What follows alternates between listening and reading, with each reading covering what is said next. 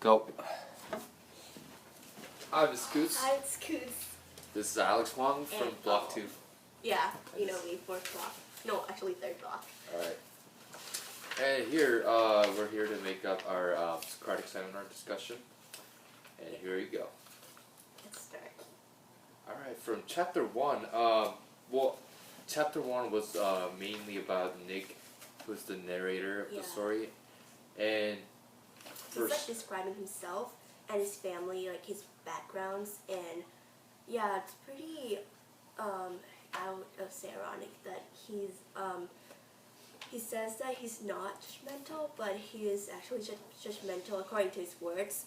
And he's also saying, like, trying to say that he's the most honest person that will ever read about or something like that. But like, the story is built on like lies, so like we can't really trust him on that. And it's only like listening to a story from like only one side of the story. So yeah, that's what I picked up from the chapter. Well, interestingly, Nick's background is pretty well put together. His family owns a business, and then they've been doing that for around 3 generations. And Nick himself went to Yale, which is a pretty good school at the time. But he decided to move to West Egg instead of East Egg.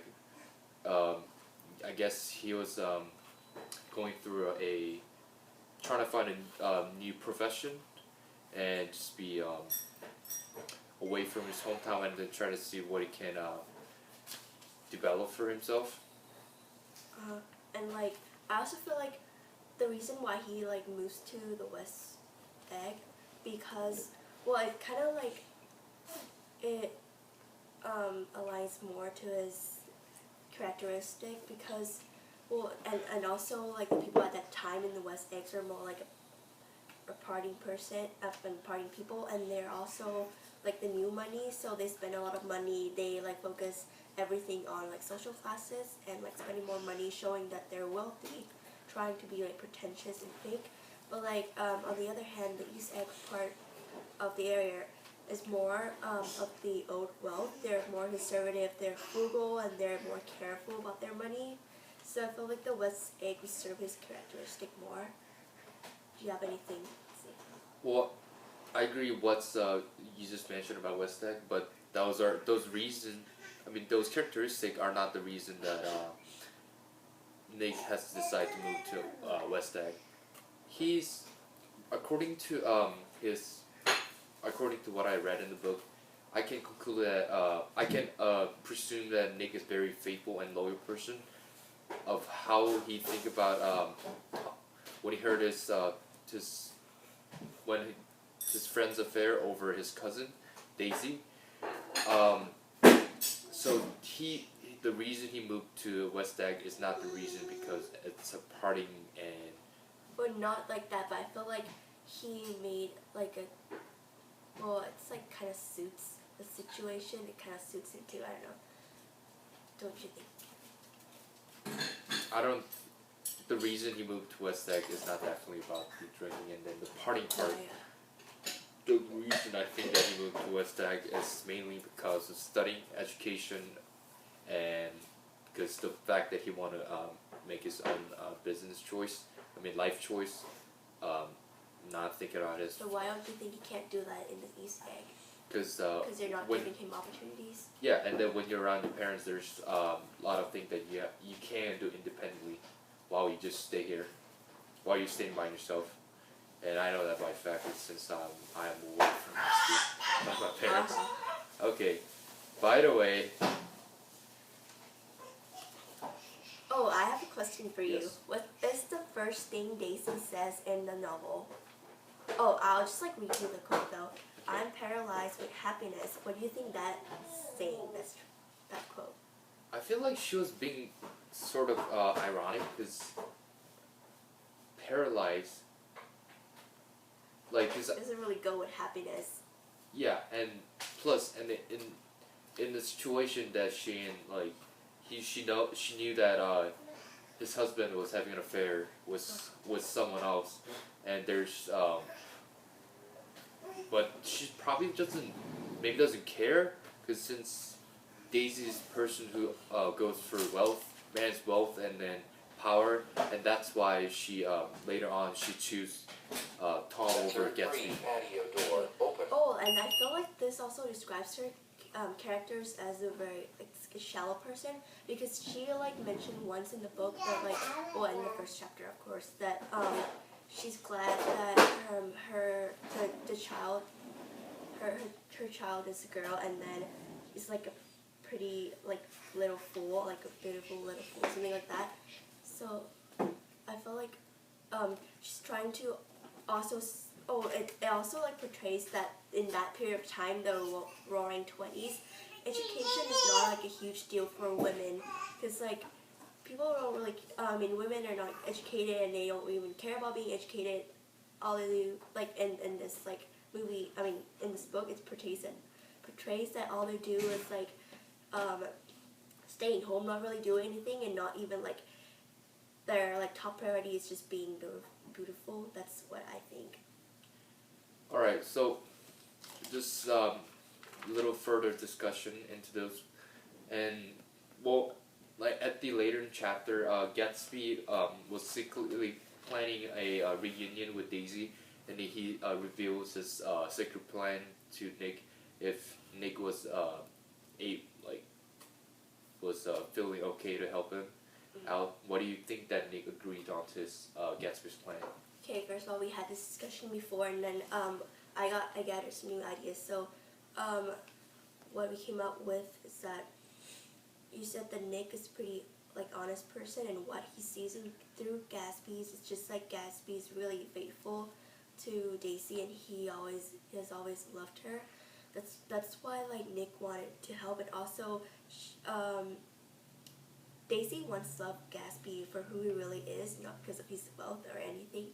That's why like I think that's why Nick wants to help. Do you have any things to add to that? Well, I do. So after Gatsby and then Nick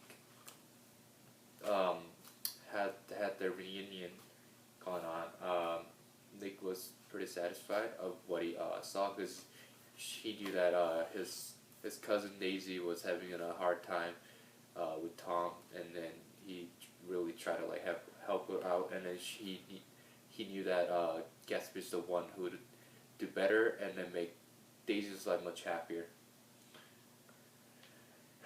Yeah, I have a question for you too.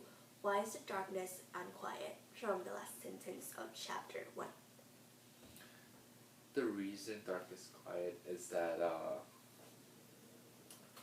because it always reveals, it always shows in our life, and it's like when you go to sleep, but then Yeah. you don't know what's going to happen, and then you can't go to sleep because you're stressed. That's why it's unquiet, because if it is quiet, you'll be able to go to sleep, I feel like. so they're two opposite things that doesn't match with each other. Yeah, true. It's like, I don't know, is it like juxtaposition, or if it's an oxymoron? I think it's an oxymoron. Like when two ideas are like contrasting, like the wording are like really close to each other. Yeah, I think it's oxymoron. So the motifs keep coming in this story is irony, and like first irony like thing that I instantly come up with was which is Gatsby's car. Gatsby's car represents his wealth and power, and then all he has successfully made. But that car he representing his power became the reason to kill him. So I thought it was ironic. Did you realize any ironic stuff in this book? That's a good question. Yeah, from chapter 4, I think, yeah, it talks about when I think Nick or someone is describing Gatsby, and it's part of a dialogue, but it's saying that Gatsby is really good with women, and he will never ever like get involved with his friends' girls, or like the people who he was close with. Yeah, I think that's pretty ironic, because he was having an affair with Daisy, and that's contrasting. And also, yeah, and then another motif that I found. It's another theme that I found. It's like religion, because religion. Well, there are a lot of appeals in ethos, like when Nick's saying like God can see through this, like using God's eyes and like having faith. But I feel like religion is hindered by like social classes, and people are focusing more on being wealthy, pursuing American dreams, instead of like trusting God, doing good things, or at least like holding the beliefs of like Puritanism that they was inherited from the European countries. Yeah, I feel like it's pretty hindered. Like religion is not a big part, and if religion is not a big part in the story, I feel like the moral status and everything is even not even important too. Alright, so as we almost into conclusion of our discussion, so in terms of Gatsby, how do you define How would you define American dream?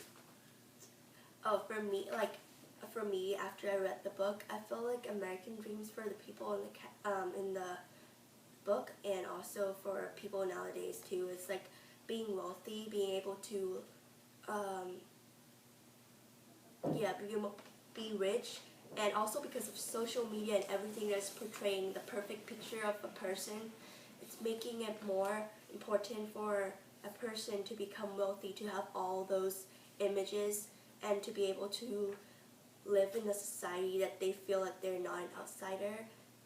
Yeah, I feel like the American dream is about being wealthy, even through hard work or not. And American dream is not really realistic. What do you think? Yes, I actually have same thing going in my mind. Um, when we think about American dream, it's all about being equal, like having a freedom of speech, freedom of earning money, that of how how much effort you put in something, and that's all the dreams when foreigners visit this country. But unreal, but what's unrealistic about it is that no one can ever will clear their past completely.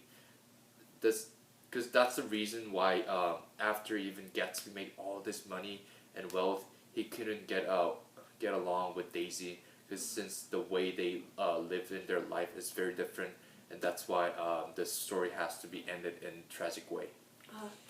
And also, leaning more towards the history side, I feel like there's no such thing as freedom of speech, because even in like history, there's something like Smith Act of 1940. There's something like Alien Sedition Act, Espionage Act. Though all these things acts restrict a person from having freedom of speech, and also there's no such thing as like desegregation. I feel like, because even though after blacks are desegregated, were desegregated, the blacks, the unemployment rate of the blacks just always has been going up ever since. So I don't feel like American dreams of having the same opportunities, and like being like everyone is equal is so not untrue. It's so not true. Sorry. Alright, do you have any more to say? No. No.